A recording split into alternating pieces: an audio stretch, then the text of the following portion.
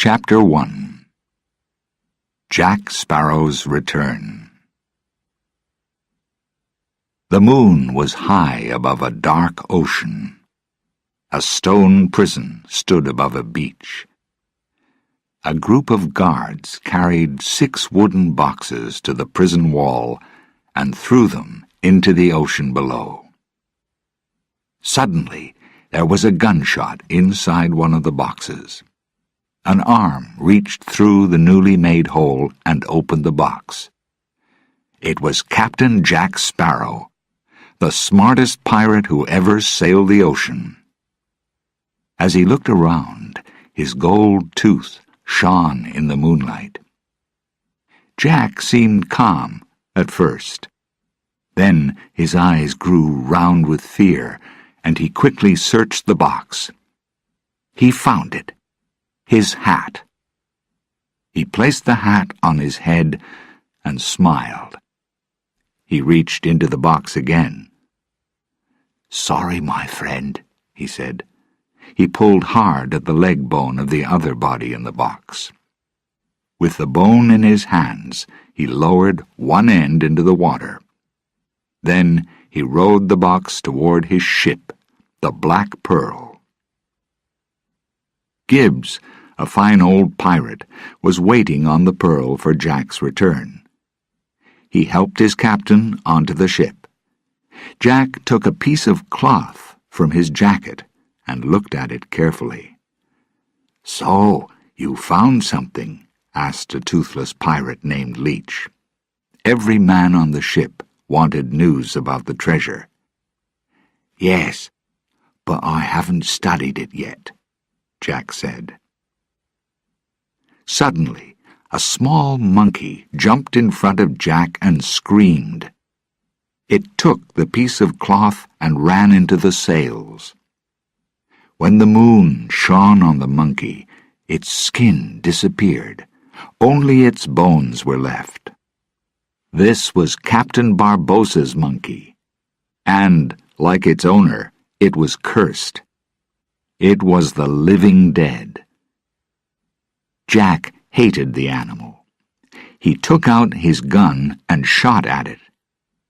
The monkey fell and dropped the cloth, but quickly jumped up again. It smiled. One of the pirates caught the piece of cloth. "It's a key," he said. "It's even better than a key," Jack said. "It's a drawing of a key." The sailors didn't understand. They looked at Gibbs.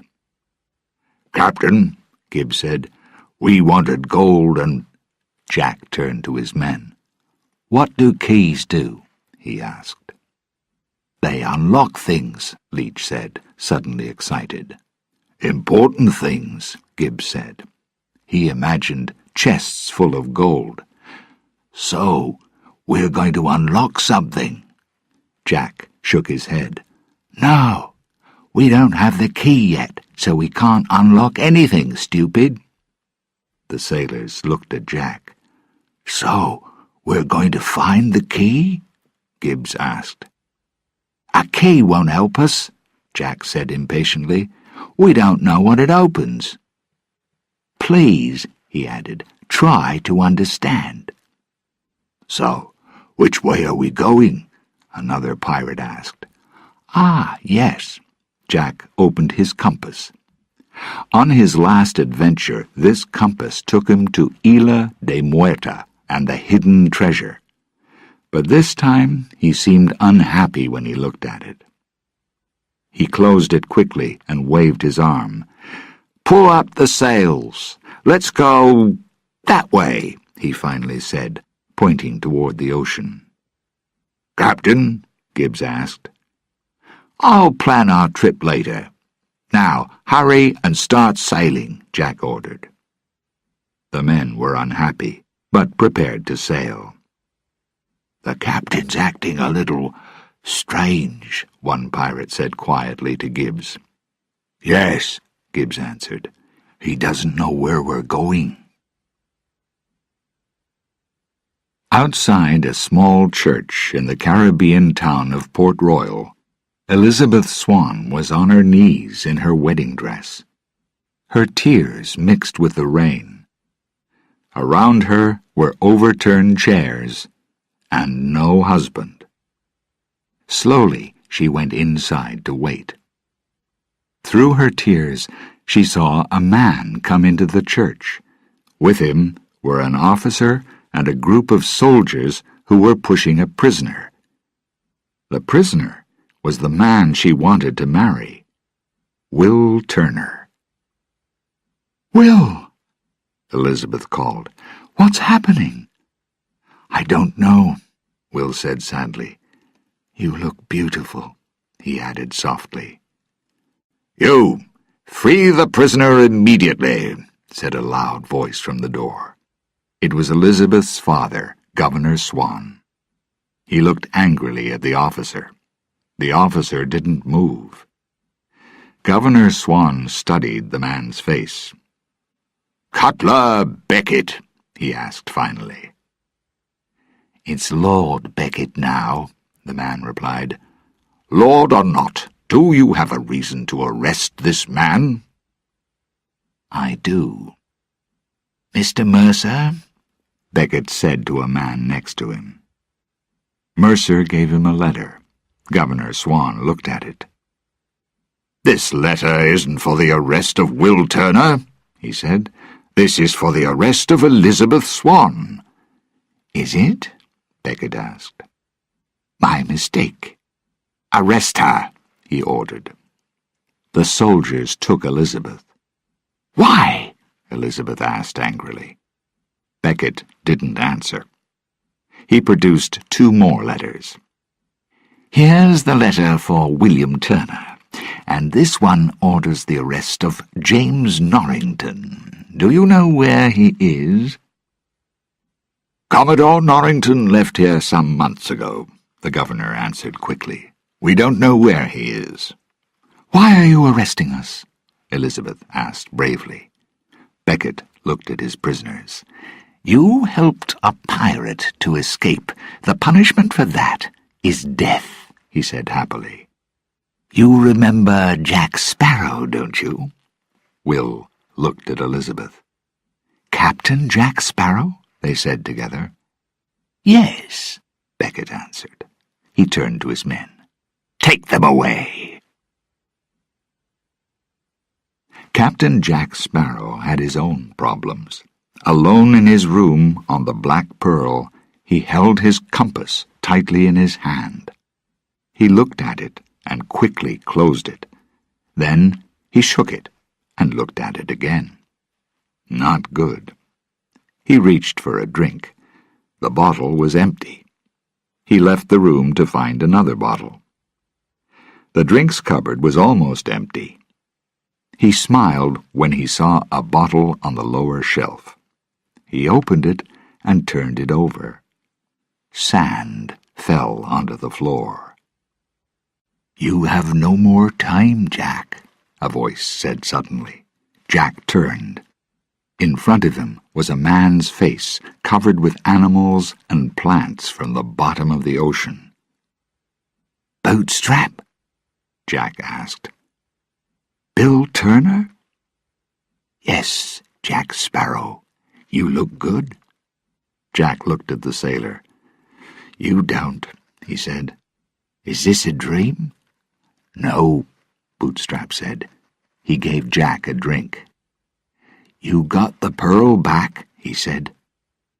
"Your son helped me," Jack told him. Now Bootstrap was surprised. "William? A pirate?" "Yes," Jack said. "He's too honest, though," he added. "So, why are you here?"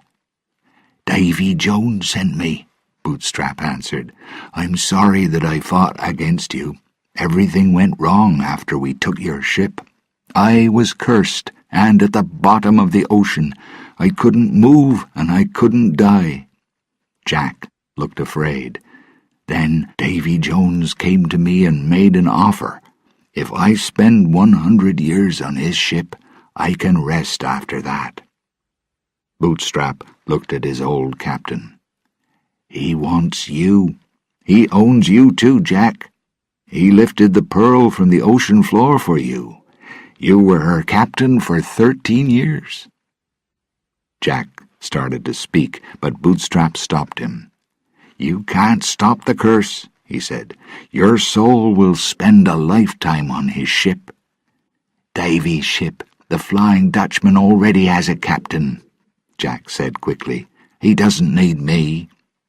Bootstrap shook his head sadly. Captain Jack Sparrow never stopped fighting. It's Davy Jones's world for you, Jack. Jones will send his monster, the Kraken, and pull the pearl back down to the bottom of the ocean, and you with it. Any idea when? Jack asked. He tried not to sound worried. Bootstrap lifted his arm and pointed to Jack's hand. Jack stepped away, but it was too late.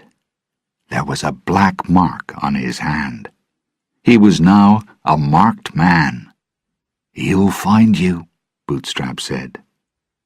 Jack looked up, but Bootstrap Bill was gone. Jack screamed and ran through the ship. Get up, he shouted to his sleeping men. Hurry! Then he tied a cloth around his hand, covering the black mark. He didn't want anyone to see it. Gibbs found Jack behind the mast. Where are we going? He asked. We're going to land, Jack shouted. Which port? Gibbs asked. Land. It doesn't matter where. The monkey jumped down from the mast onto Jack's shoulder and knocked his hat into the ocean. Jack's hat! Gibbs cried to the other men. He knew the captain loved his hat. Turn the ship around. No, Jack said quickly. Leave it. His men were surprised. Gibbs turned to Jack. What's coming after us? He asked quietly. Captain Jack Sparrow's hat sailed far away from the Black Pearl. A sailor on a fishing boat picked it up. He liked it and put it on his head. When another sailor tried to take it from him, the two men began to fight. Suddenly, the boat shook. The sailors looked around, then down at the hat. They tried to throw it into the ocean. Too late. Their boat broke into pieces and was pulled down into the ocean. Then the water was calm again. Chapter 2. The Search for the Black Pearl. 2 guards took Will Turner into Lord Beckett's office. Are you going to free Elizabeth? Will asked. If you help me, I'll free her, Beckett answered. We want you to find Captain Sparrow. I want you to get something that belongs to him. You want the Black Pearl? Will said. Beckett was surprised. The Black Pearl? No, I want something that's smaller and much more important. Something that Sparrow carries at all times. A compass. Bring back the compass, then I will free Elizabeth. Will Turner angrily left Beckett's office and went to Elizabeth's room in the prison building. Governor Swan followed him and heard them talking. Jack's compass. Why does Beckett want that? His reason isn't important, Will said. I'll find Jack and bring him back to Port Royal. Then we'll both be free. How are you going to find him? Elizabeth asked, worried. Her voice showed her fear. Tortuga. I'll start there. I won't stop until I find him. Then I'll return and marry you. Will Turner started his search immediately. He went to Tortuga because Jack often stayed there. It was the dirtiest port in the Caribbean, a place for drunken pirates who wanted adventures. When he arrived, Will saw a friend of Jack's, a woman with red hair and a red dress. Her name was Scarlet. "I haven't seen him for a month," Scarlet said angrily. "When you find him, give him a message." She lifted her hand and hit Will across the face. "I don't know about Jack, but there's a ship with black sails at an island south of here," said an old boatman. "Give me some money and I'll take you to it." The boatman took Will to the island, and there they found the black pearl on its side on the beach. The boatman refused to go closer, so Will jumped into the water. He swam to the beach and then, very wet, walked across to the ship. There was nobody there, but he found an old fire in the sand. The firewood was still warm. Jack was near. "Jack!" Will shouted. "Jack Sparrow! Mr. Gibbs!" He pulled out his sword and went into the forest. There he noticed a small red bottle on the ground. "Gibbs," Will thought. "That's his bottle." He picked it up. A fishing line was tied to the bottle, and Will put his hand on it. Then, suddenly, he noticed 2 eyes in a tree, and an arm that pulled the line hard. Will was pulled off his feet. As he hung by his leg from a tree, he saw a group of islanders. They had bite marks on their faces and bodies, and they were wearing bones around their necks. The islanders ran toward Will, and he kicked some of them to the ground with his free leg. "Come here and fight!" he shouted at one of the men. The man quickly shot a drug into Will's neck. Will stopped moving, and the men cut him down from the tree. In her small room in Port Royal Prison, Elizabeth waited. She was tired and closed her eyes. Then she heard the sound of keys, and a guard opened the door. "Come quickly," her father said, stepping out of the shadows behind the guard. "What's happening?" Elizabeth asked. "You can return to England," Governor Swan said. "I've found a ship for you. Hawkins, the captain, is an old friend of mine." They ran quickly out of the prison.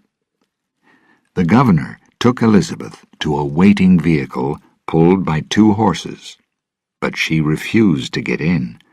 "I'm waiting for Will," she said. "We can't wait for Will's help," the governor said. "I'm not going to watch my daughter die." He pushed her inside and put a gun in her hand. Then he shut the door and quickly drove the vehicle to the ship. Near the port, the governor slowed the horses. 2 men were waiting in the shadows. One of them wore a captain's hat. The governor jumped down from his seat and hurried to the men. "Captain Hawkins," he said, happy to see his friend. But Hawkins didn't answer. The captain fell to the ground, covered in blood. The governor realized that the other man in the shadows was holding up the captain's dead body. "Good evening, Governor," the second man said, slowly cleaning blood from his knife with a cloth. Swan knew the man. Mercer, Beckett's assistant. Governor Swan ran back to the vehicle. "Elizabeth!" he shouted. Mercer called some soldiers. He smiled as he opened the vehicle door. It was empty. "Where is she?" Mercer said angrily. "Who?" Swan asked nervously. Mercer pushed the governor against the vehicle and shouted, "Elizabeth!" "She never listened to me," the governor said, and smiled. "Take him away," Mercer ordered the soldiers. Lord Beckett walked into his dark office and stopped. There's somebody here, he thought. Elizabeth stepped out of the shadows and lifted her father's gun.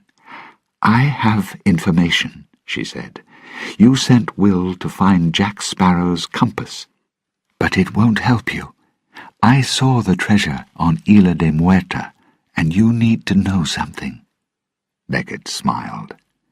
You think that the compass only points to Isla de Muerta? You're wrong, Miss Swan. The cursed gold is not important. He pointed to a big world map. There is more than one treasure chest in these oceans, he said. Elizabeth pointed the gun at Lord Beckett's head. These letters on your desk will free Will Turner, she said. Sign them. Beckett stopped laughing and signed the letters. I want the compass, he said. Elizabeth took the letters, turned, and disappeared silently into the dark night. The following morning, the Edinburgh trader sailed from Port Royal. One of the sailors was Elizabeth. She was dressed in sailor's clothes, and none of the men on the ship noticed her. Chapter 3. The Island of the Pelagostos. When Will Turner woke up, his hands and feet were tied. The islanders were carrying him towards some wooden houses. Finally, they put him down in front of a large chair. He looked up and smiled. A man was sitting on the chair, and it was Captain Jack Sparrow. Jack Sparrow, Will said. I am very happy to see you. Jack didn't answer. Jack? Jack, it's me, Will Turner. Tell them to free me. Jack stepped down from his chair and spoke in a strange language. Will suddenly noticed the dead men's bones around the chair. Jack, listen, Will said. I need the compass. Elizabeth is in danger. We were arrested for helping you. She's going to die. One of the islanders pointed at Will's leg and hungrily touched his stomach. Jack smiled, and the men shouted happily. No! Will screamed. Jack, what did you say to them? But Jack didn't answer. He climbed back onto his chair and looked over Will's head. The men started to pull Will away. They're going to prepare me for dinner, he thought. Jack suddenly looked down at Will. Save me, the captain said quietly out of the corner of his mouth. The men threw Will into a cage full of men, chained to a rocky hill. Some of the sailors from the Black Pearl were prisoners in another cage. Will, you shouldn't be here, Gibbs greeted him. Why is this happening? Will asked. He looked at the sailors. Jack seems to be the chief. Yes, Gibbs said sadly. The Pelagostos made him their chief, and now they want to free his soul from his body. They're going to cook him and eat him. Where are the other sailors from the Pearl? Will asked. Look more carefully at these cages, Gibbs said quietly. The Pelagostos built them after we arrived. Will looked at the walls of his cage. They were made of bones. He quickly moved his hand away.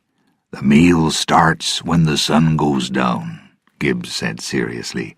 Jack's life will end when the music stops. In a small boat near the beach, two of Barbossa's pirates, Pintel and Ragetti, rowed with their backs to the sun. A dog with a ring of keys in its mouth was sitting at the end of the boat.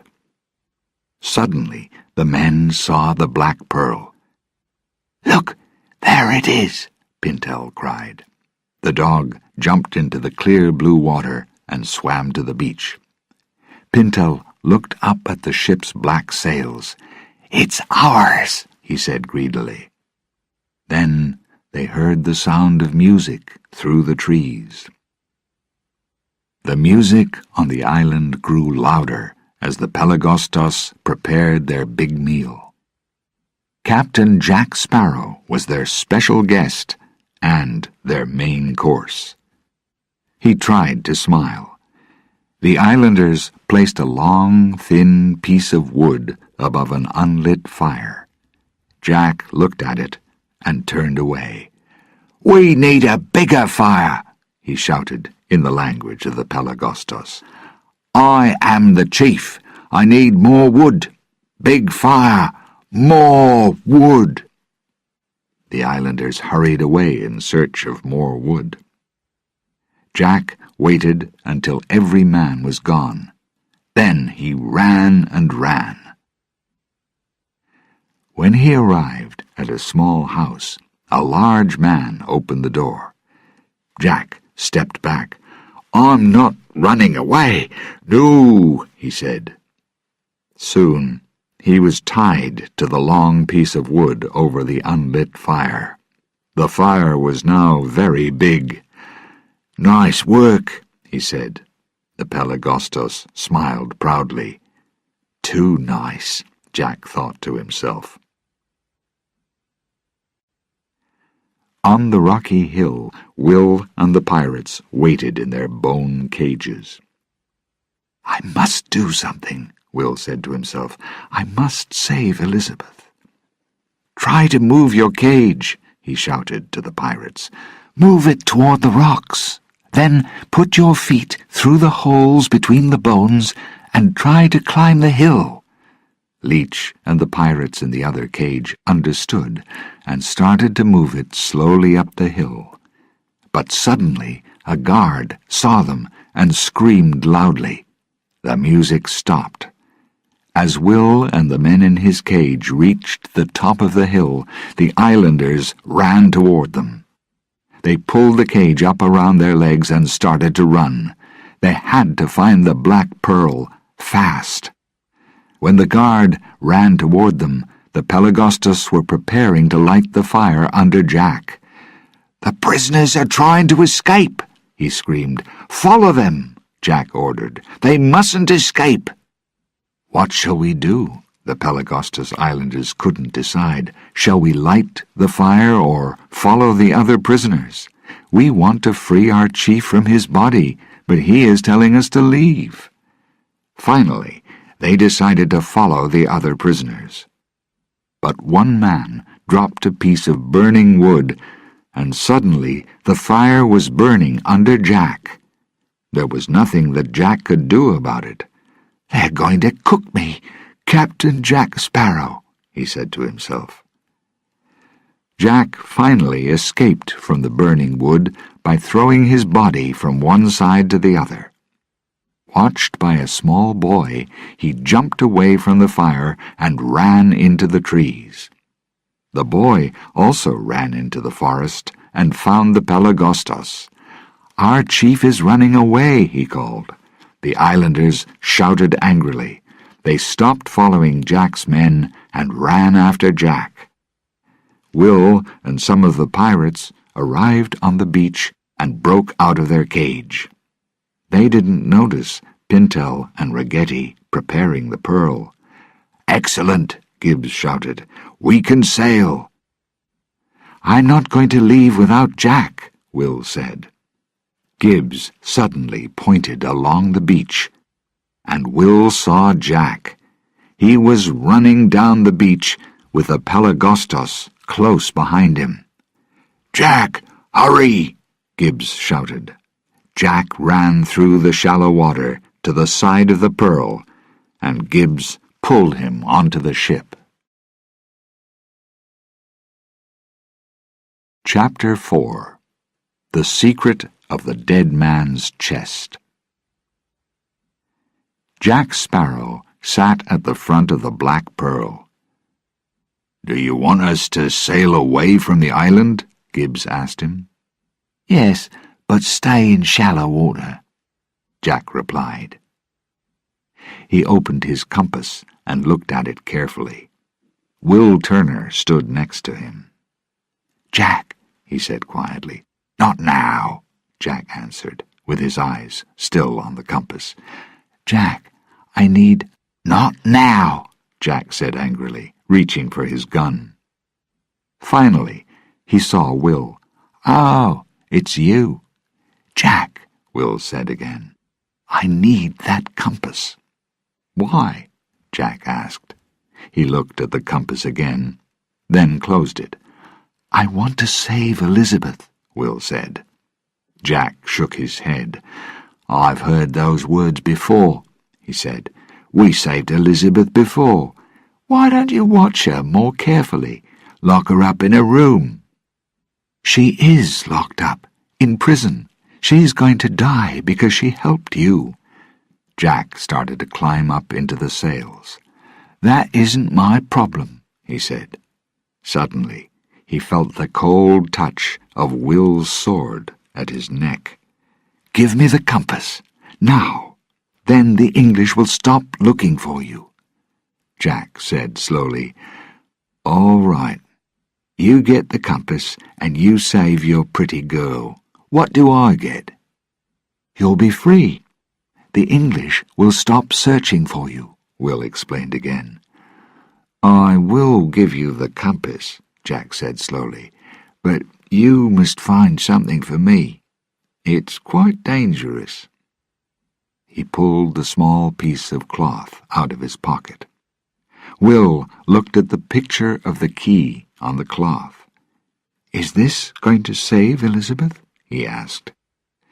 Jack put his mouth close to Will's ear. "How much do you know about Davy Jones?" he said very quietly. "Nothing," Will said. Jack smiled. "Yes," he said, "it's going to save Elizabeth." On the Edinburgh Trader, Elizabeth Swan, dressed in a sailor's clothes, was on her way to Tortuga. She was hoping to find Will, but Will was nowhere near Tortuga now. He, Jack Sparrow, and Jack's men were traveling down the Pantano River in 2 rowing boats. "Why is Jack so nervous?" Will asked Gibbs quietly. "He's made an enemy of Davy Jones," Gibbs said seriously. "He thinks that he's only safe on land. If he goes out onto the ocean, Davy Jones will take him." "Davy Jones?" "Well, he has a monster that works for him. The Kraken," Gibbs said. His voice shook. "It's terrible. It can pull a ship to the bottom of the ocean." Gibbs stopped, and Will saw the fear in his eyes. "Is Jack afraid to die?" asked Will. "Davy Jones doesn't kill you," Gibbs answered. "He punishes you. Think of the worst thing in the world. It's waiting for you in Davy Jones's world, and it never ends." "And the key will save him?" Will asked finally. "That's the question that Jack wants to answer. So he's going to visit her." "Her?" Will asked nervously. "Yes, her." The rowing boats stopped near a small wooden house high in a tree.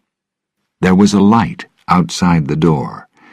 "Don't worry," Jack called to the other men. He tried to speak happily. "Tia Dalma and I are old friends." "I'll watch your back," Gibbs offered. "I'm more worried about my front," Jack said quietly. As Jack climbed up into the house, the other pirates stayed close behind him.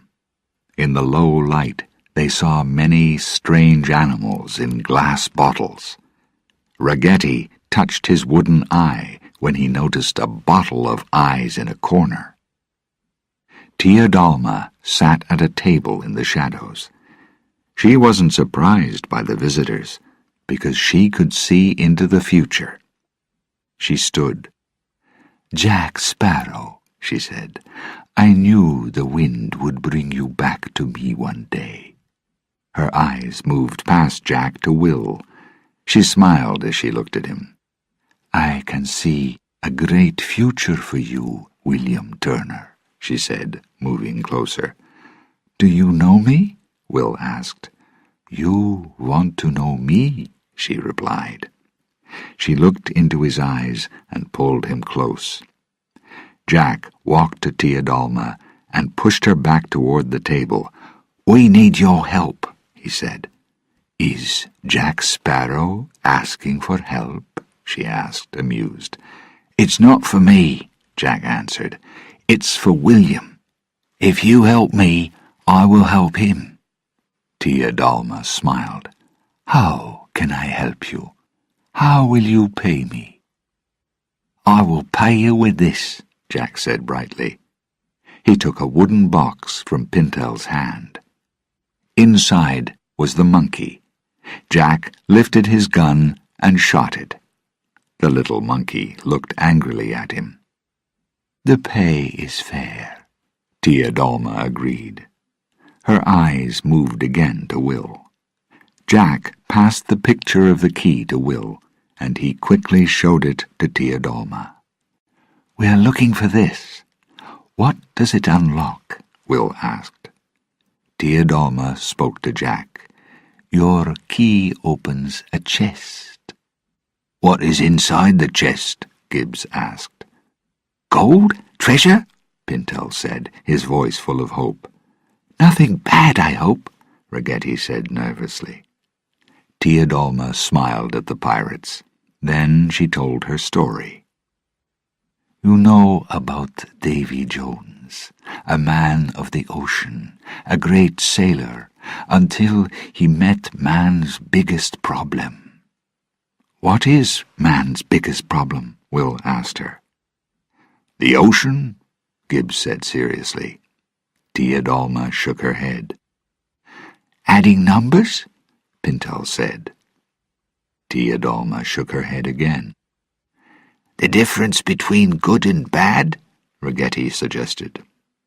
Everyone in the room looked at the one-eyed pirate and shook their heads. "A woman," Jack said, ending the game. Tia Dalma smiled at the rough pirate. "A woman. He fell in love, but his love brought great pain. He couldn't live with the pain, but he couldn't die." The pirates smiled sadly. They understood the story. "Exactly what did he put into the chest?" Will asked. "He cut his heart out of his body and put it in a chest. He hid the chest from the world. He keeps the key with him at all times." Will finally understood. The key opened the chest that held Jones's heart. "You knew this," Will said to Jack. "No, I didn't," Jack said nervously. "Well, I didn't know where the key was." Will didn't believe him. "But now we know," Jack said smoothly. "You can go on to Jones's ship, the Flying Dutchman, and take the key. Then you can go back to Port Royal and save your pretty girlfriend." Jack moved toward the door. Tia Dalma spoke before he opened it. "Show me your hand," she said. Slowly, Jack untied the cloth. Tia Dalma looked carefully at the black mark. Gibbs saw the mark too. Pintel and Ragetti watched the old pirate turn in a circle 3 times for good luck. Not knowing why, they also turned 3 times. Tia Dalma moved across the room and climbed the stairs. At the top, she opened a great door. The sound of the ocean came quietly from outside it. Tia Dalma slowly closed the door and came down the stairs again. In her hands, she carried a large bottle with a wide top that she gave to Jack. "Davy Jones can step on land only once every 10 years, she said to him. She put some earth into the bottle. "You are safe on land, Jack Sparrow, so carry the land with you. Jack looked into the bottle. Is this bottle of earth really going to help me? He asked. Teodalma reached out her hand for the bottle. If you don't want it, give it back to me. Now, Jack cried, and held the bottle to his chest. Then it will help you, she said. Will looked at Teodalma. We need to find Davy Jones and the Flying Dutchman, he said. Teodalma smiled at his young face, then sat at her table again. I'll tell you where to go, she said. Chapter 5. Will Meets Davy Jones. The pirates left Teodalma's house and sailed the Black Pearl to an island. They came to a ship that lay on its side in shallow water. Jack and Gibbs stood under an oil light and looked silently at the old, broken ship. Is that the Flying Dutchman? Will asked. She doesn't look very good. What's your plan? Jack asked. I'll search the ship until I find your key, Will said. And if you find sailors on the ship? Jack asked him. I'll kill them. Jack smiled. I like your plan. It's simple and easy to remember. I'll bring you the key, and you'll give me the compass, Will said. Yes, Jack agreed. If anyone catches you, use these words. Jack Sparrow sent me. He wants me to pay you. Then he added, It will save your life. Will said goodbye and climbed into a rowing boat. Jack watched silently. Then he ordered Gibbs to turn out the Black Pearl's lights. Soon, only Captain Jack Sparrow's gold-toothed smile shone in the dark. Will reached the broken old ship and lit a small oil light. Was the ship empty? He saw the bodies of many dead seamen and felt very nervous. What happened here? He asked himself. Suddenly, he heard a noise. Will turned and saw a sailor. He was badly hurt, but he was trying to pull up a sail. Sailor, it's no good, Will said. The water is too shallow. Your ship won't move. But the man kept trying. No, below us, the ocean took Billy and Quentin, captain's orders. The ship shook, and a dead sailor dropped from the mast. Will saw round, red marks on the man's back. He turned the body over. The man's face was gone. Something has eaten him, Will thought. The Kraken. He remembered Gibbs's description of the monster. Will moved away from the body. Suddenly, the ocean was very calm. Then, very quickly, the wind came and the water turned white and stormy. Will saw a great ship come up from the bottom of the ocean. It was the Flying Dutchman. Jack tricked me, Will thought. He sent me to this old ship. He knew that Davy Jones would follow me. The real Flying Dutchman was made of pale wood and bones. Animals and plants from the ocean floor covered every inch of it. The Dutchman's sailors climbed onto the old ship. Will pulled out his sword and ran toward his rowing boat. Macus, one of the Dutchman's sailors, stopped him. The other sailors joined Macus and stood around Will. "Get down on your knees," Greenbeard, another sailor, said angrily. Will quickly pushed his sword into his oil light. Burning oil covered the sword, and Will attacked the sailors. He fought hard, but suddenly something hit him in the face. As he fell, the Dutchman's sailors moved toward him. When he woke up, Will was still on the old ship. He was at the end of a line of sailors, all on their knees. Someone walked slowly toward them. It was Davy Jones. Jones was very ugly, with blue eyes and a long beard. His left hand and one of his legs were missing. He looked angrily down at the line of sailors in front of him. "6 men are still alive," Mackes said. Jones walked down the line. "Do you fear death?" he asked a sailor. "I can offer you an escape." "Don't listen to him," said another man in the line. He held a cross in his hand. Jones turned and shouted at the second man, "Don't you fear death?" "No, sir." "Good luck, friend," Jones said. He smiled, then turned to Greenbeard. Greenbeard threw the man into the ocean. Jones moved close to the first sailor. "Life is painful, but you fear death. You can join my ship and escape it. You must spend 100 years on the Flying Dutchman. Will you come with me?" The sailor said quickly, "I will come with you." Jones smiled and moved down the line. He stopped next to Will. "You are neither dead nor dying. Why are you here?" "Jack Sparrow sent me," Will replied. "He wants me to pay you."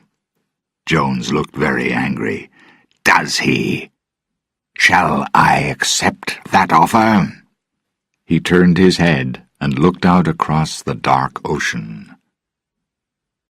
Hiding in darkness on the Black Pearl, Jack Sparrow watched the Flying Dutchman.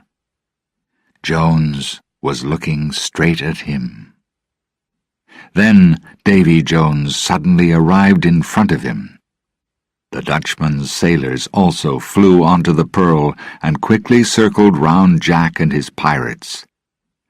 "It's time to pay me," Jones said to Jack. His voice was low and angry. "I made you captain of the Black Pearl for 13 years. Now I want your soul." "Well," Jack said, "I was only captain for 2 years, then my men stole the ship." "But you were a captain," Jones replied. "You introduce yourself as Captain Jack Sparrow." "I've already paid you. I've sent you a soul to work on your ship. He's over there," Jack said. He was talking about Will. "You can't send another soul," Jones shouted. "One soul is not the same as another." "So, how many souls do you want for mine?" Jack asked. Jones thought about Jack's question. Finally he said, 100 souls, in 3 days. Jack gave Jones a big smile. "Thanks, friend. Send the boy back to me. I'll start looking for those souls." "I'll keep the boy. You must find 99 more." 99? Jack asked, seeming surprised. "Have you met Will Turner? He's a good and brave man. His soul is as good as 4 ordinary souls." "I'll keep the boy," Jones repeated. "Bring me 99 more souls in 3 days. Do you accept this offer?" Jack thought about the question. "Yes," he answered. "This Will Turner is a good man, and he's your friend. Do you want him to stay with me for the rest of his life?" Jones asked. "Yes, that's okay," Jack answered and smiled. He looked down at his hand. The black mark was gone. When he looked up, Davy Jones and his sailors were gone too. Minutes later, The Flying Dutchman and Will sailed away into a storm. Jack watched silently as the ship disappeared. "I have 3 days to find 99 souls. There's only one place to go. Tortuga," he thought. Chapter 6. Captain Sparrow Sails Again. Jack sat in a corner of a crowded bar in Tortuga. His feet were on a table, and his compass was in his hand. Gibbs was finding Jack's 99 souls. He promised an exciting life on the Black Pearl to a line of hopeful sailors. Because they were in Tortuga, every man was old and sick. "I have 1 arm and a bad leg," an old sailor told Gibbs. "We can use you," Gibbs replied. After a few more interviews, he walked over to Jack. "How many?"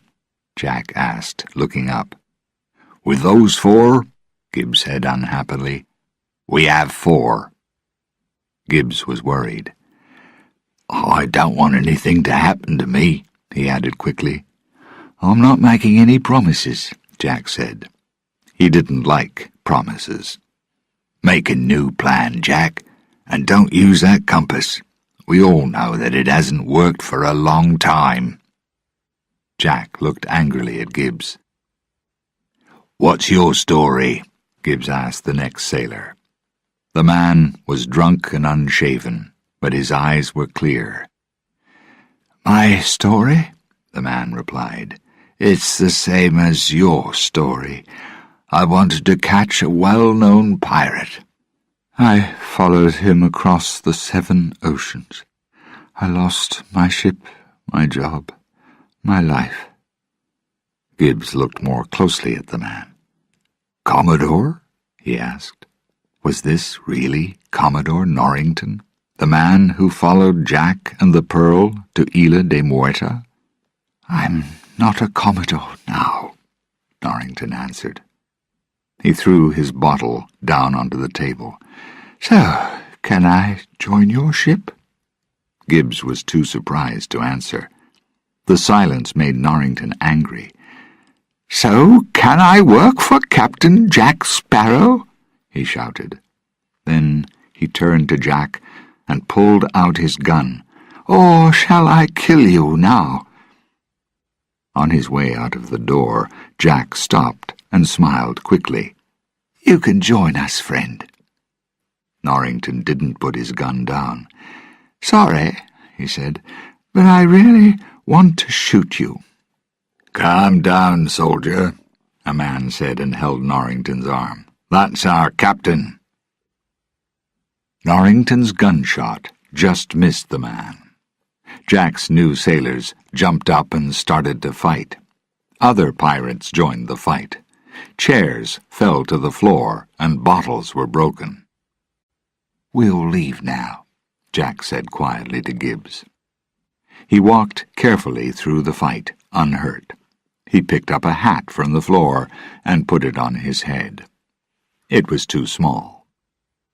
"It's hard to find a good hat these days," he said to himself. He and Gibbs walked quietly away. Norrington had a sword in his hand now. "Fight, then! You! He shouted drunkenly. Then someone hit him over the head with a bottle, and he fell to the floor. Elizabeth stood over him, dressed in her sailor's clothes. "I just wanted to hit him," she shouted to the pirates. "Now throw him out of the bar, and we'll have a drink." Then, as the pirates shouted their agreement, she looked carefully at the man on the floor. "I don't believe it," she said quietly. "James Norrington, what has the world done to you?" She helped him to his feet, and they walked slowly toward the port. Suddenly, they were standing in front of Jack. "Captain Sparrow?" Elizabeth said to him. Jack looked at her, but didn't know her in her sailor's clothes. "Do you want to join my ship, boy?" he said. "Welcome." "I want to find the man I love," Elizabeth replied. "William Turner." "Elizabeth?" Jack said, looking at her carefully. "You don't look good in those clothes, you know." "Jack," Elizabeth said, "I know that Will followed you. Where is he?" "Oh, I'm really sorry, but Will has joined Davy Jones's ship." "Davy Jones?" Elizabeth repeated. "Oh, please," Norrington laughed. "The captain of the Flying Dutchman, a ship that takes dead men from this world to the next?" "Correct," Jack said. He looked closely at Norrington. "I know you. Commodore, you look terrible, friend. Why are you here?" "I joined your ship," Norrington replied. "Jack," Elizabeth said, "I want to find Will." Jack pulled his black beard. "Are you sure?" he asked. "Is that what you really want?" "Of course," Elizabeth answered. "Do you know how I can save him?" "Well," Jack began slowly, "there is a chest of unknown size. Jones will do anything to keep that chest. The chest can save Will." "How can we find it?" Elizabeth asked. Jack placed the compass in her hand. "With this compass will point to the thing that you want most in this world." "Jack, is the story about the chest true?" Elizabeth asked. "Every word is true, love. You want to find Davy Jones's chest, don't you?" "I want to save Will," Elizabeth agreed. Jack opened the compass in her hand and looked at it. He turned to Gibbs. "We go that way," he shouted, and pointed toward the ocean. Chapter 7. A Very Important Game. Davy Jones sat on the Flying Dutchman. He was playing slow, sad music on a piano. His eyes filled with tears as he looked up at a picture of a woman with long, thick hair. The sailors and Will Turner were working hard. Will was pulling a chain when suddenly he dropped it. "Careless!" one of the sailors shouted. "I'll punish you for that mistake." He started to hit Will, but Bootstrap Bill stopped him. "I'll punish you too," the sailor told him angrily. "That's all right," Bootstrap told him. "You can punish me." "Why?" Davy Jones asked. He stopped playing the piano and watched the men carefully. Bootstrap lifted his hand and pointed at Will. "My son. That's my son." Will's eyes widened. The old pirate was his father? Jones smiled. "This is very interesting," he said. "Do you want to stop this sailor punishing your son?" "Yes," Bootstrap answered. "Then you can punish him yourself. Hit him." "I can't hit my own son," Bootstrap Bill said. "Then another sailor will punish him." "No," Bootstrap shouted quickly. He lifted his arm and started to hit Will. Later, Bootstrap explained his actions to his son. "That sailor is a hard man. I didn't want him to hurt you." "So you saved me," Will said thoughtfully. Bootstrap shook his head sadly. "I can't save you from the Dutchman," he said. "You made a promise to Davy Jones. Now you can't leave his ship. Your body will become part of it. Look at old Wyvern." Bootstrap pointed at the side of the ship. An old man hung there. He seemed to be part of the ship. "But I didn't make any promises to Davy Jones," Will said. Bootstrap looked happier. "Then you must escape." "Not until I find this key," Will said. He showed his father the picture of the key. "It's on the ship, and Jack Sparrow wants it. Maybe it will save us." Suddenly, old Wyvern moved and pulled himself free from the side of the ship. "The dead man's chest!" he cried. His arms reached for the cloth. Will jumped back, afraid. "This is what happens to Davy Jones's men," he said to himself. "Soon my father will become part of the Dutchman too. Just one more unhappy soul." But Wyvern's next words made Will more hopeful. "Open the chest with the key, and cut through the heart with your sword," old Wyvern cried. Then he changed his mind. "Don't destroy the heart. The Dutchman must have a living heart, or there is no captain. And if there is no captain, no one will hold the key." "The captain has the key?" Will asked. "Hidden," Wyvern said. He disappeared again into the side of the ship. But Will had his answer. Jones had the key. On the Black Pearl, Jack Sparrow found Elizabeth filling in names on Lord Becket's letters.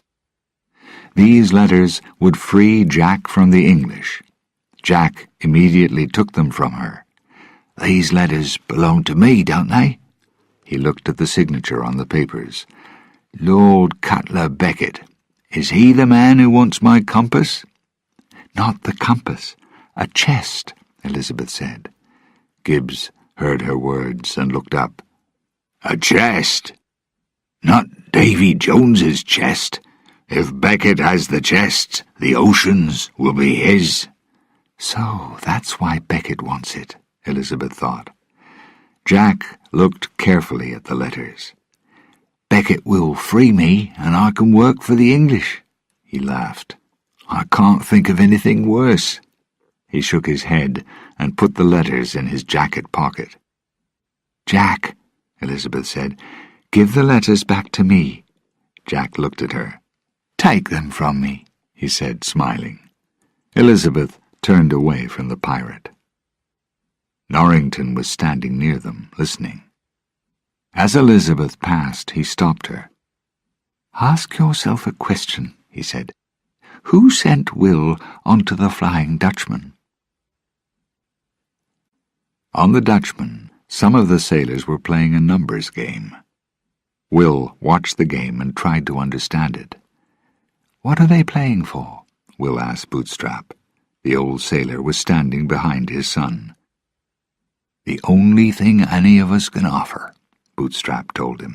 "Years of service on this ship." "Can anyone play?" Will asked his father slowly. "Yes," Bootstrap replied. "Then I want to play with Davy Jones," Will said loudly.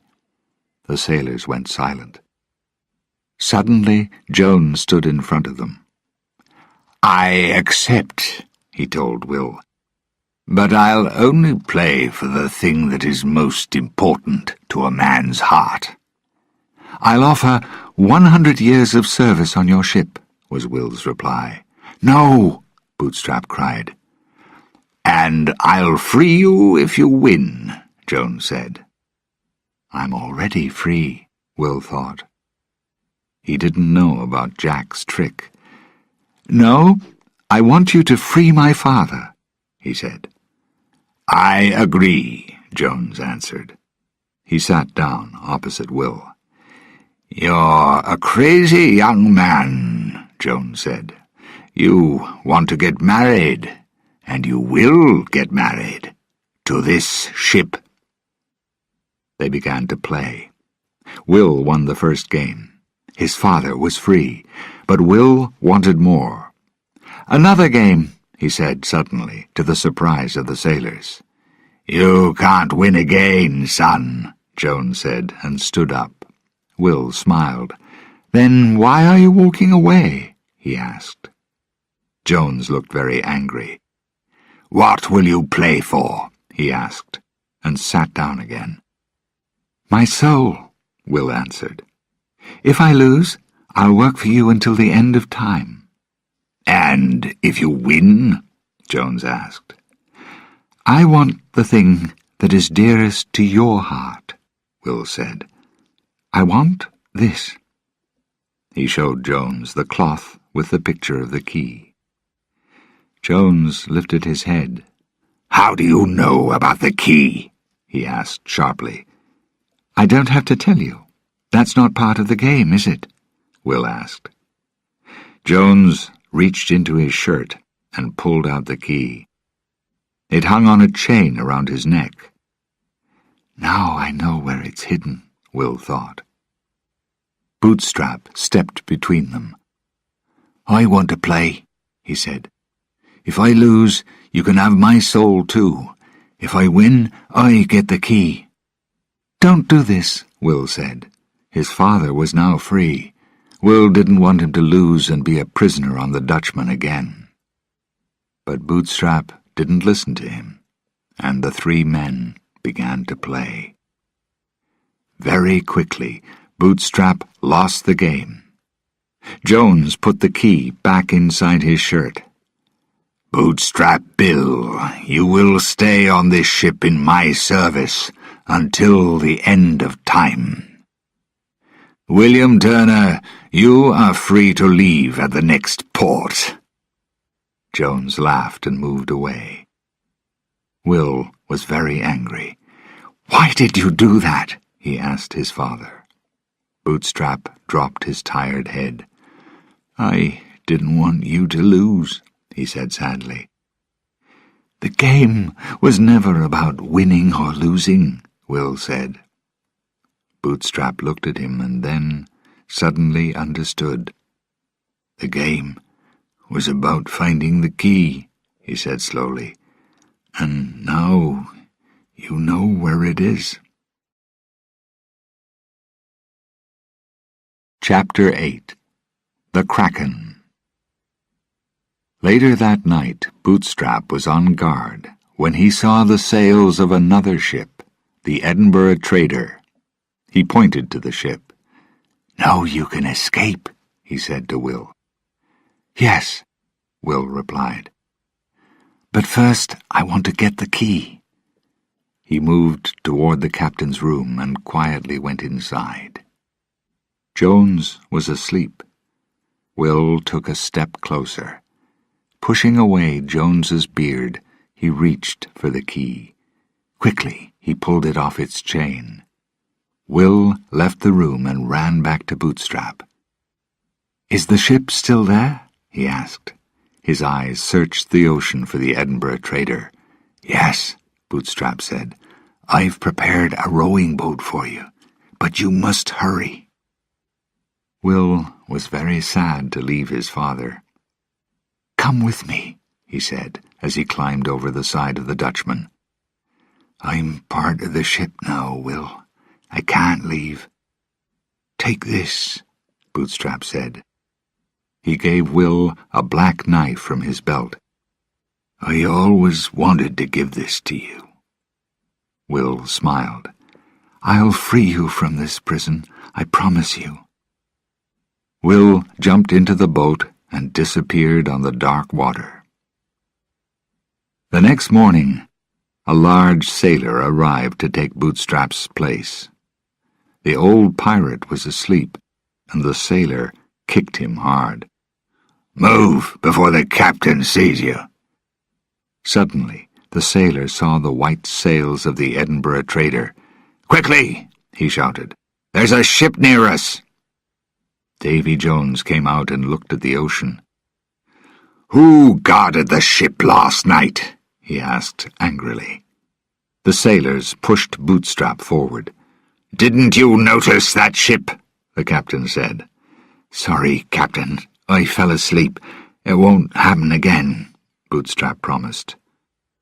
"Bring his son to me," Jones ordered. "He's not on the ship, sir," a sailor said, "and one of the rowing boats is missing." Jones immediately understood. He looked at Bootstrap, and the pirate's face went pale with fear. Jones thought for a minute, and then pulled the chain from under his shirt. The key was gone. Only one person could plan to steal my key. Jack Sparrow, he shouted. Captain Jack Sparrow! In the captain's room of the Edinburgh trader, Will was trying to get warm. "It's strange to find a rowing boat in the middle of the ocean," Captain Bellamy said. "Just sail the ship away quickly," Will replied. "You have to hurry." A sailor suddenly ran into the room. "Captain, we've seen a ship." "What colour are her sails?" Bellamy asked. "She's not using her sails, sir," the sailor replied. "Pirates," Bellamy said.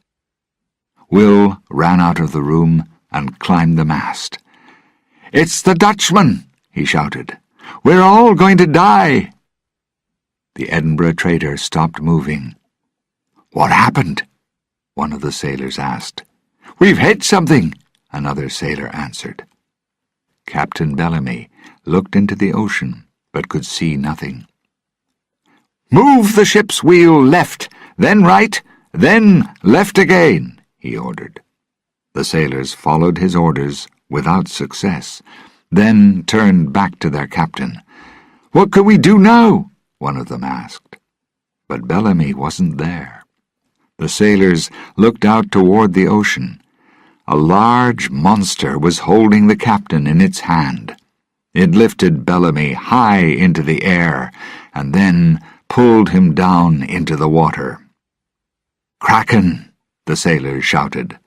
The Kraken killed the captain, then came back for the ship. It broke the ship into 2 pieces and pulled it down into the ocean. A few minutes later, 6 men were on their knees on the Flying Dutchman. "Where is the sun?" Jones asked, looking closely at the line of sailors. "And where is the key?" "We can't find them," Mackes answered. "Maybe the ocean took him."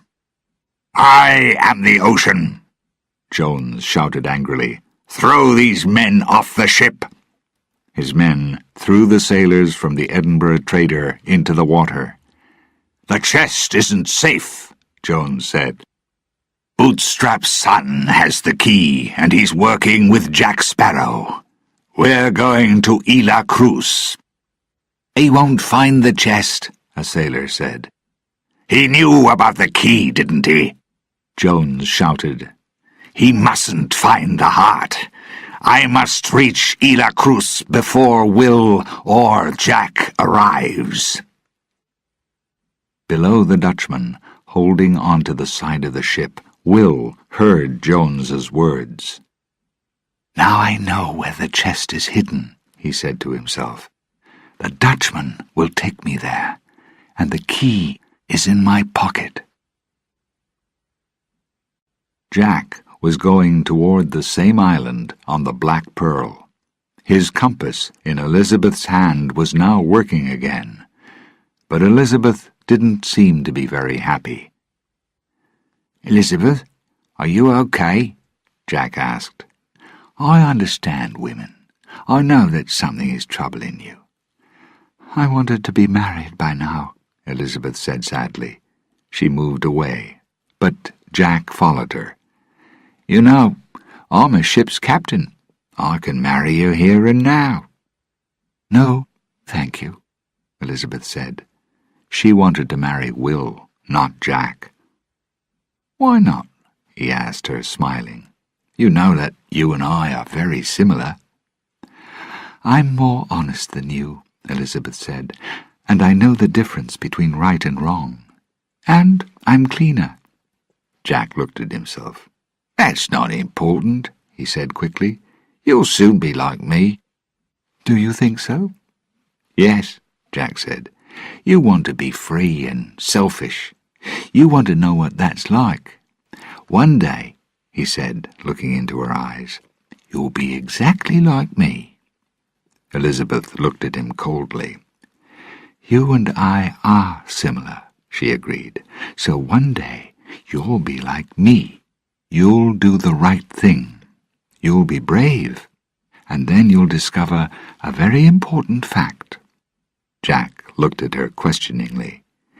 "You'll discover that you are a good man," Elizabeth told him finally. "I've never done anything good," Jack said. "I believe that you will. Do you know why? You're going to want to be good." Jack opened his mouth to answer her. A sailor's voice stopped him. "Land!" Jack ran to the side of the ship.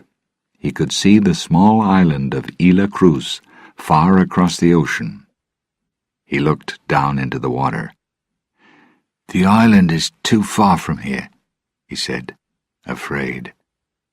"I want my bottle of earth." Chapter 9. The Fight for the Chest. Captain Jack Sparrow sat in a rowing boat, holding his bottle of earth. Elizabeth and Norrington were sitting opposite him. Pintel and Rigetti were rowing the boat toward Isla Cruz. "You're rowing too fast," Pintel said to his one-eyed friend. "You're rowing too slowly," Rigetti answered.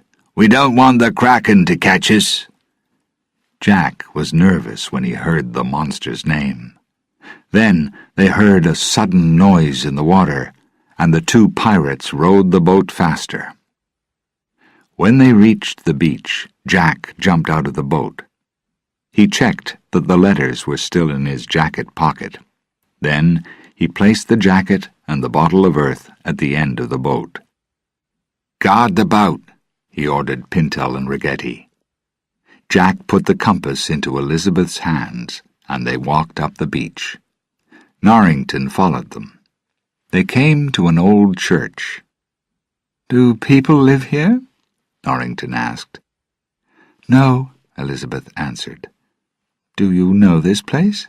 he asked, surprised. "I've heard stories about it," Elizabeth said. "A religious man came to the island and brought illness and death. All the people died. The man went crazy and killed himself." Elizabeth looked down at the compass and continued to walk.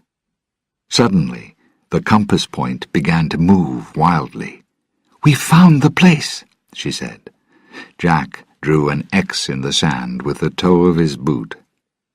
"Make a hole here," he said to Norrington. At the same time, the Flying Dutchman arrived near Isla Cruz, and Davy Jones noticed the rowing boat. "They're here," he said angrily, "and I can't step on land again for 10 years. "Can we do the job for you?" Macus asked him. "I'll punish you if you fail," Jones promised. "Take the ship down below the ocean," he ordered his men.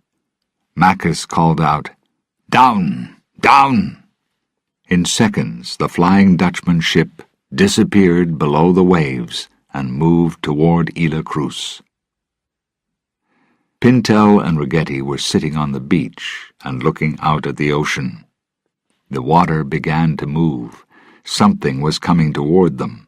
They jumped to their feet. Then they ran to tell Jack. Jack watched Norrington as he made a deep hole in the sand. Jack was worried, and he wanted to find the chest quickly. Suddenly, Norrington hit something. "It's the chest," Jack said, and jumped into the hole. They lifted out the chest, and Jack quickly broke open the lock. Inside were a long white dress, dried flowers, and old love letters. Jack pushed them away and found a box. He lifted the box out of the chest. It was tightly locked, but he could hear a noise inside it. "The heart," Elizabeth said. "It's real." Norrington was surprised. "You are right," he said to Jack. "I'm often right," Jack said, "but people are still surprised." "With good reason," a voice said. The group turned and saw Will Turner. He was running toward them in wet clothes. Elizabeth ran to him. "Will, you're all right." She put her arms around his neck. Jack looked worried. "How did you get here?" he asked Will. "With difficulty," Will said. "But I want to thank you, Jack. You tricked me onto that ship to pay Jones." "What?" Elizabeth said, looking at Jack. "And then I met my father." "That's okay," Jack said nervously. "Everything you said to me, every word was untrue?" Elizabeth said. She looked angrily at Jack. "Yes." Then the happy smile left Jack's face. Will was on his knees next to the chest. He held the key in one hand and his father's knife in the other. "What are you doing?" Jack asked. "I'm going to kill Jones," Will answered. In a second, Jack was pressing his sword against Will's neck. "You can't do that, William," Jack said. "Who will stop the Kraken if Jones is dead? Now, give me the key, please." Will quickly pushed away Jack's sword. He jumped up and took Elizabeth's sword. "I keep my promises," he said, facing Jack. "I'm going to free my father." But suddenly, Norrington pulled out his sword and turned to Will. "You can't keep the key, sorry." Jack looked at Norrington and smiled. "You're going to help me?"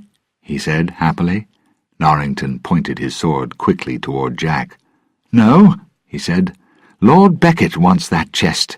He'll make me a Commodore again if I give it to him." The three men began to fight.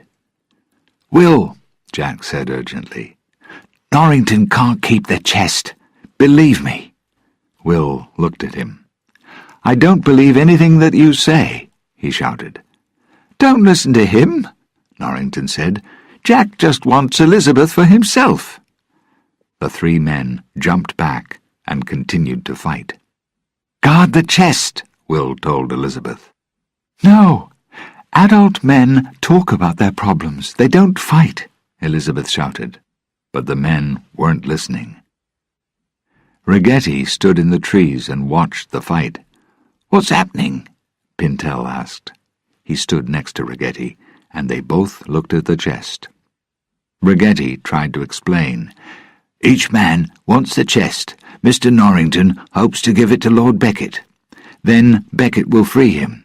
Jack wants to sell the chest to Beckett and save himself. And Turner thinks it will help his cursed old father." "How sad," Pintel said. "That chest is clearly very important." He looked at Rigetti, and the two men walked quietly toward the chest. Elizabeth fell to the sand and closed her eyes. "Maybe they'll think I'm sick. Then they'll stop fighting," she thought. She didn't move for a long time. When she opened her eyes, she saw Pintel and Rigetti. They were running away with the chest. She jumped to her feet.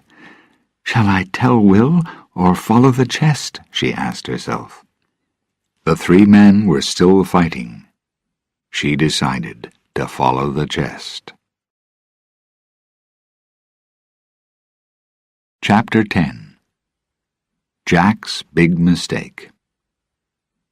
The three men were moving across the island as they fought. Norrington pushed Will hard, and he dropped the key. It flew through the air and fell into Jack's hand. "Ha-ha!" Jack screamed. He ran away down the beach. Norrington and Will quickly followed him.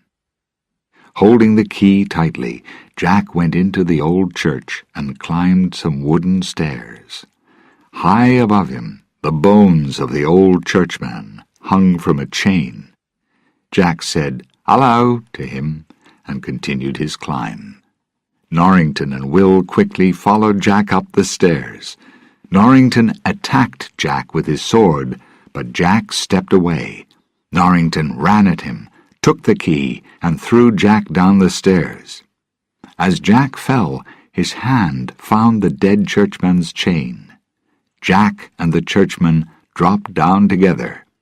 At the same time, Will, holding on to a second chain, was pulled up toward Norrington. As he passed the Commodore, he took the key. Then he ran out onto the church roof. On the beach, the water started to move again. Slowly, the heads of Jones's sailors came up out of the pale blue water. The men walked across the beach and stood next to the empty hole. Then they saw Will Turner step out onto the church roof. Will was trying to escape from Jack, Norrington, and now from Jones's men. He jumped across a hole in the roof. Using the point of his sword, Norrington lifted the key from Will's hand.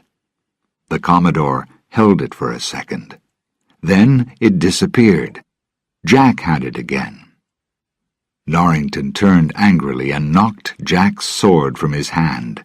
He looked over his shoulder at Will. "Excuse me," he said. "I'm going to kill the man who destroyed my life." "That's okay," Will answered. Jack held up one finger. "Let's talk about this, Commodore. Are you sure you have the right man?" Will smiled. Jack was trying to save himself again. "You caught a famous pirate and put him in prison," Jack said. "You wanted to marry a beautiful woman. Who freed the pirate and stole your girl?" Jack turned toward Will. Norrington stopped Jack. "You've said enough," he shouted, and pushed his sword wildly at Jack. Jack threw up his hands and screamed. He fell down the roof, and the key dropped to the ground. "Good work," Will said. "But sadly, Mr. Turner, he was right," Norrington said. He turned his sword toward Will. Norrington hated Jack, but he didn't like Will either. Down on the ground, Jack picked up the key and ran. "I'm on your side, friend," he called up to Will. Jack slowed to a walk and put the key around his neck. "I'm safe now," he said to himself. Then he fell into a hole in the ground.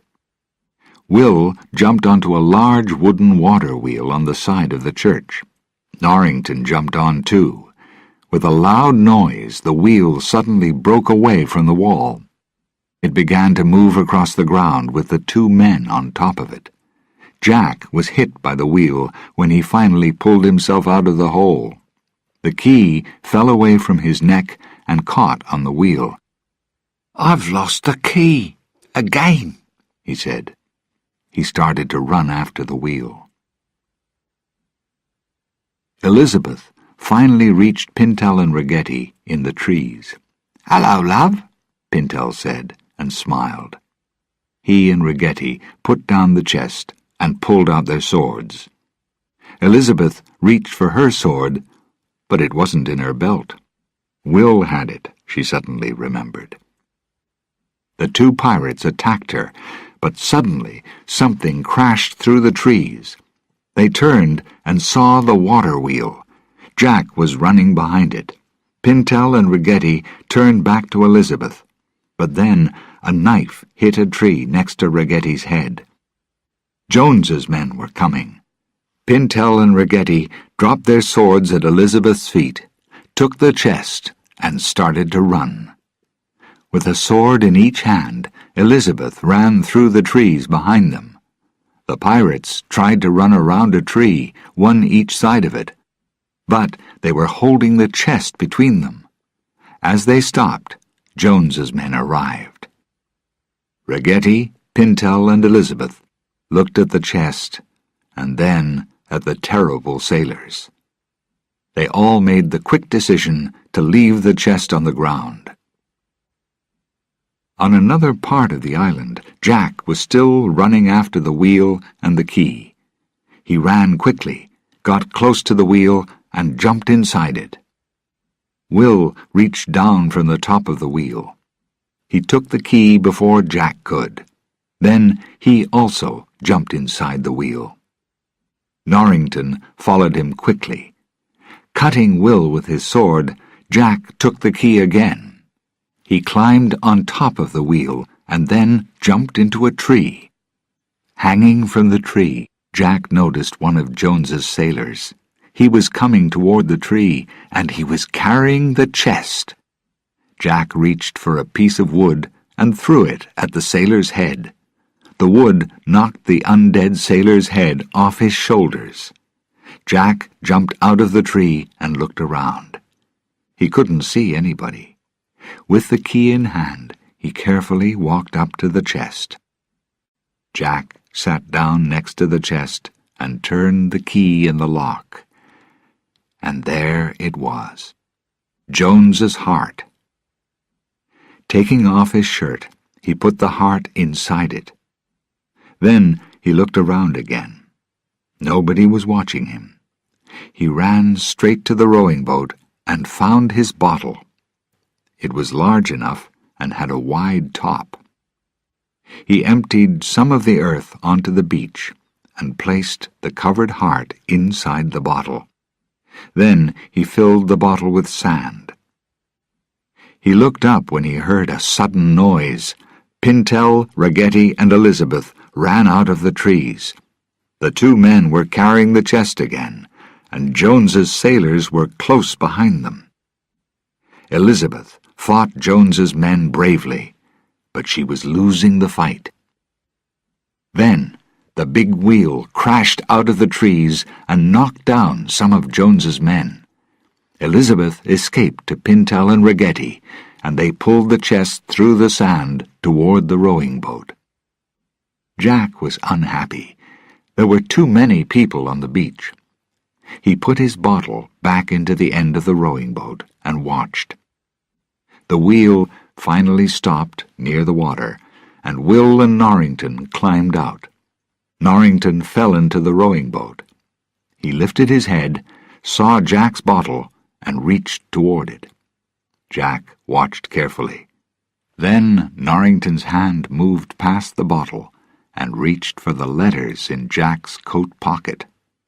Jack didn't stop him, because he didn't need the papers now. He had the heart. Davy Jones and every ship on the ocean were his. The fight on the beach between Sparrow's men and Jones's men continued. Suddenly, Will noticed the chest. The key was in the lock, and he started to open it. Jack quickly turned around and hit him, and Will fell. Elizabeth ran to his side and looked down at him. "We're not going to escape," she said to Norrington. "Not with the chest," he replied. He quickly took the chest and ordered her into the boat. "Don't wait for me," he called, as he disappeared from the beach into the trees. Jones's men followed him. "We must listen to him," Jack said quickly. "Yes," Pintel agreed, and pushed the rowing boat into the water. Jack picked up his bottle.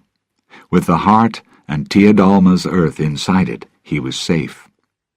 "We have to take Will," Elizabeth ordered. Jack looked angry, but agreed. Pintel and Ragetti pulled Will into the boat. Without another word, they left the island and Norrington behind. Chapter 11. The End of Captain Jack. Jack's men were soon back on the Black Pearl. Will slowly opened his eyes. "What happened to the chest?" he asked. "Norrington took it. Jones's men followed him," Elizabeth told him. Gibbs came and welcomed them all onto the ship. He was ready to sail. "Jack," he said, "we saw the Dutchman an hour ago. She was coming around the end of the island." "Was she?" Jack replied. He didn't seem worried. "The most dangerous ship on the ocean is too close to us," Gibbs called to the other sailors. "Pull up the sails." Jack felt no need to hurry. He sat down and held his bottle tightly to him. "Gibbs, is your mouth dry?" he asked. "Is your heart moving quickly in your chest?" "Yes," Gibbs answered. "I think you're afraid," Jack told him. "Well, aren't you afraid too?" Gibbs said. He didn't understand Jack. Where was the frightened captain of only a few hours before? Elizabeth walked across the ship to the two men. She agreed with Jack. "We're in no danger," she said to Gibbs. I can't see any ships." She spoke too quickly. As they watched, the ocean began to move. Suddenly, the Flying Dutchman came up from below the water and stopped next to the Pearl. Jack turned toward the Dutchman and lifted the bottle above his head. He pointed to it, smiled, and gave a friendly wave. On the Dutchman, Davy Jones realized what he meant. "He's got my heart." He turned to Macus. "Prepare the guns," he said. "We're here! Yoo-hoo! Let's talk," Jack shouted. "What are you doing?" Gibbs asked angrily. "Be quiet," Jack replied. He lifted the bottle again. "I have the heart in here," he said quietly. "Really?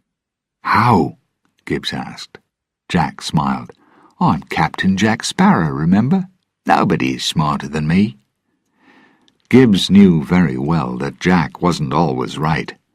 "I have to protect the ship," he said, and shouted, "Move to the left! Hurry, men!" The Black Pearl sailed away from the Dutchman. The Dutchman's guns began to shoot, but the Pearl was escaping. "Can the Black Pearl move faster than the Dutchman?" Will asked. "That isn't a natural ship," Gibbs said, pointing to the Flying Dutchman. "It can sail into the wind and not lose speed. That's how it catches other ships. But if the wind is behind us—" "We can move faster than her," Will said. Suddenly, he understood Gibbs's plan. "Yes," Gibbs said. "The Black Pearl is the only ship that Davy Jones fears." Jack smiled and held his bottle close to his chest. "We can take the Dutchman," Will said to Jack. "We can turn and fight." "Or we can run away," Jack answered brightly. "You have the only ship that can take the Dutchman in a fair fight." "But I don't like to fight fairly," Jack said. Suddenly, the Black Pearl moved to one side and sailors fell to the floor. Jack's bottle was knocked from his hands and broke. Sand and earth went everywhere. Jack fell to his knees and looked through it. There was nothing in there except sand. Jack looked up at Gibbs. I don't have the heart." "Then who does?" Gibbs asked. Jack turned pale. He didn't have Jones's heart, and he didn't have Tia Dalma's earth. The Pearl stopped moving, and Elizabeth looked out at the ocean. "Have we hit some rocks?" she called. "I heard those words on the Edinburgh Trader," remembered Will. "No," he shouted. "It's not rocks. Move back." "What is it?" Elizabeth asked, seeing the fear in Will's eyes. "The Kraken," Gibbs said. "It's coming for Jack." The men on the Pearl were silent. Jack stopped looking through the sand on the floor of the ship. The heart wasn't there, and the black mark was on his hand again. Very quietly, Jack moved toward the end of the Pearl. None of his men saw him climb into a small boat. He rowed quickly away from his ship. The water around the Pearl began to move as, slowly, the Kraken came up out of the ocean. "Go to the guns!" Will shouted. "Protect the ship!" The pirates quickly prepared for the monster's attack. The Kraken's long arms moved onto the ship, but the guns were ready. Will ordered the men to shoot the monster. Badly hurt, the Kraken moved away. It broke all the ship's small rowing boats as it went down. "It will return," Will shouted. Turning to Elizabeth, he said, "Get off the ship." "There are no boats," Elizabeth replied. "The Kraken destroyed all of them." Not all of them. As the Kraken prepared to attack again, Jack rowed away more quickly, but something stopped his escape. When he looked down at his compass, it was pointing toward the Black Pearl and his men. Sadly, Jack began to row back again. On the Pearl, the Kraken was winning the fight. The pirates shot at it repeatedly, but they couldn't stop it. Elizabeth stood in the captain's room, with a gun in her shaking hands. She was very angry. "Jack has disappeared," she said to herself. "He's the person that the Kraken wants. He brought us into this mess." Then, as the Kraken's arms moved slowly through the windows toward her, she dropped the gun. She ran up to the top of the ship, and into Jack. He was back. "We have some time. Leave the ship," he ordered. "Can we really escape in a rowing boat?" Will asked. "We can return to the island. We can escape while the Kraken takes down the Pearl." Jack's eyes showed his sadness at the thought of the end of his ship. Will, Gibbs, and the other pirates went toward the rowing boat. "Thank you, Jack," Elizabeth said softly. She moved closer to him. "You came back. I always knew that you were a good man." She kissed the pirate, then stepped back slowly. There was a sharp noise. Jack looked down at his hands. "I've chained you to the side of the Pearl," Elizabeth explained. "The Kraken wants you, not the ship, and not us." "You're a great pirate," Jack said. Elizabeth looked at him for the last time and remembered so much and so many adventures. Then she ran off the ship and left Jack waiting. Slowly, the Kraken's arms moved onto the Pearl, and the monster's head moved toward Jack. Its mouth was open, and in its teeth was Jack's lost, much-loved hat.